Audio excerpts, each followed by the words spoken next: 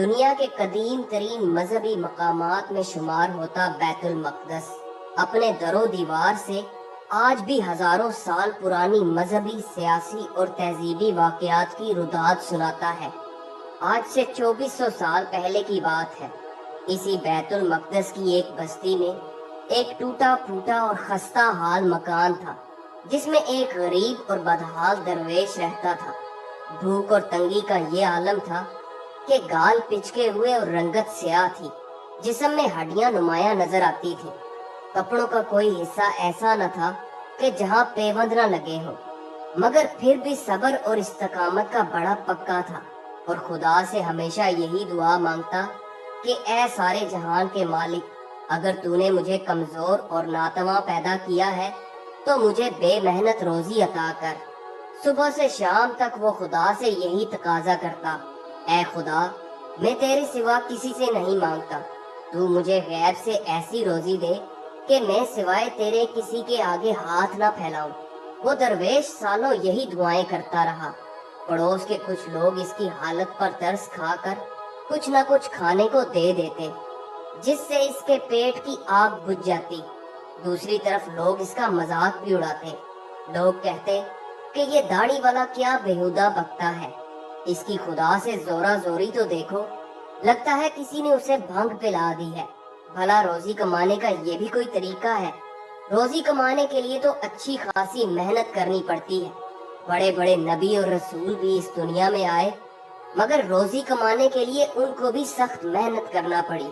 تو پھر اس جیسا نکما یہ کیسے سمجھ بیٹھا کہ بغیر محنت و تجارت کے اپنا دامن دولت سے بھر لے؟ ایسا خزانہ تو دنیا میں کسی کو نہیں ملا۔ کوئی ہنستے ہنستے کہتا کہ حضور، اگر خزانہ ہاتھ لگ گیا تو ہمیں بھی کچھ عنایت کر دینا۔ مگر وہ مست ملنگ اپنی دھن کا پکا تھا، لوگوں کے طعن و مذاق سے بھی اپنی دعا اور گڑ گڑانا کم نہ کرتا تھا۔ ایک رات اس نے دعاؤں کا ایسا تار باندھا کہ ہوتے ہوتے صبح ہو گئی، مگر پھر بھی وہ اپنی دعائیں رٹے جا رہا تھا۔ اچانک اس نے دیکھا کہ ایک موٹی سی گائے نے سینگ مار کر اس کے گھر کا دروازہ توڑ دیا ہے اور سیدھی اس کے گھر کے صحن میں آ کر کھڑی ہو گئی ہے۔ درویش نے جب گائے دیکھی تو سجدے میں گر گیا اور خدا کا شکر ادا کرنے لگا کہ اے خدا، آخر تو نے میری دعاؤں کو سن ہی لیا، مجھے رزق کے طور پر ایک موٹی اور گوشت سے لدی ہوئی گائے بھیج دی۔ وہ گائے کو دیکھے جا رہا تھا اور بار بار خدا کا شکر ادا کر رہا تھا۔ وہ دل میں سوچنے لگا کہ کیا ہی خوبصورت گائے ہے، اس کے چمڑے کی قالین بناؤں گا، اس کے سینگوں کا سرما بناؤں گا، اس کے آدھے گوشت کو میں غریبوں میں تقسیم کروں گا، کچھ ان لوگوں کو بھی دے دوں گا جو میرا ٹھٹھا اور مذاق اڑاتے تھے۔ باقی بچ جانے والا گوشت میں خشک کر لوں گا اور اسے اپنے پاس رکھ لوں گا۔ یہی سوچتے سوچتے اس نے چھری اٹھائی اور بلا تامل گائے کو ذبح کر دیا۔ پھر اسے ایک ریڑے پر لاد کر قصاب کے پاس لے گیا تاکہ قصاب اسے کاٹ کر اس کی بوٹیاں بنا دے۔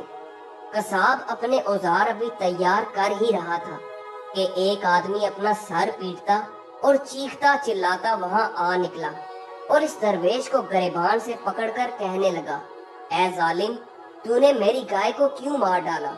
ارے کتنے نازوں سے پلی تھی وہ، میں اپنے آرام سے زیادہ اس کے آرام کا خیال کرتا تھا، اسے اچھا چارہ کھلاتا تھا، میں نے سال ہر سال اس کی خدمت کی، اور تو نے میرے اتنے سالوں کی محنت کو پل بھر میں مٹی بنا دیا۔